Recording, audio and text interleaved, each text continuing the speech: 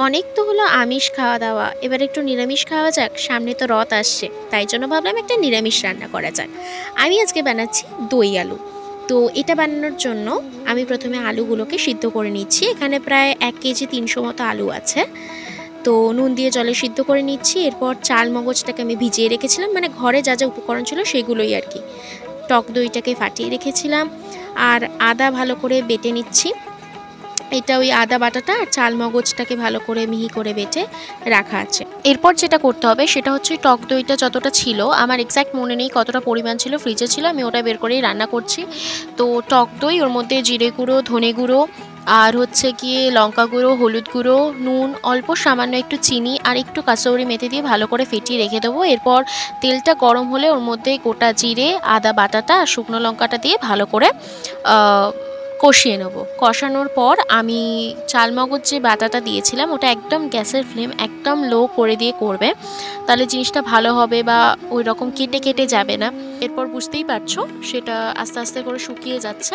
তেলটা আমি কম ইউজ করেছি, যেহেতু আমি আগে আলুটা ভাজার সময় অনেকটা তেল ইউজ হয়েছে সেই কারণে আর কি, তাই জন্য। এরপর দইটার যে মিক্সচারটা ছিল সেটা ঢেলে দিলাম, ঢেলে দিয়ে ভালো করে কষিয়ে নিচ্ছি।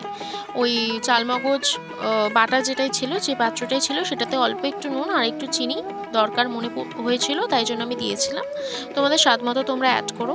তো আমি ওটাকে কষিয়ে নেওয়ার পর সেই মিক্সচারটা আমি এটার মধ্যে অ্যাড করছি। এরপরে আমি এটাকে আরও কষাতে থাকবো, যত কষাবো তত স্বাদও ভালো হবে, অবশ্যই ভালো হবে। তো পর আমি ভাজা আলুগুলোকে আর কি অ্যাড করে দিয়েছি।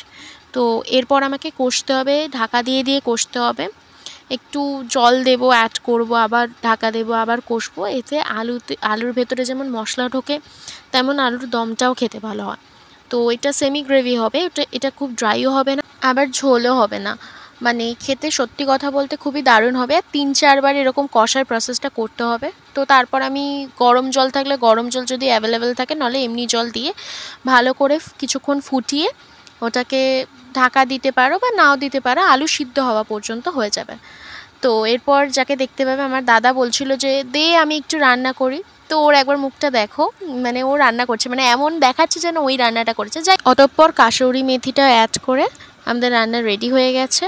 রুটি লুচির সাথে দারুণ লাগবে খেতে, নিরামিষ দিনে একদম পারফেক্ট।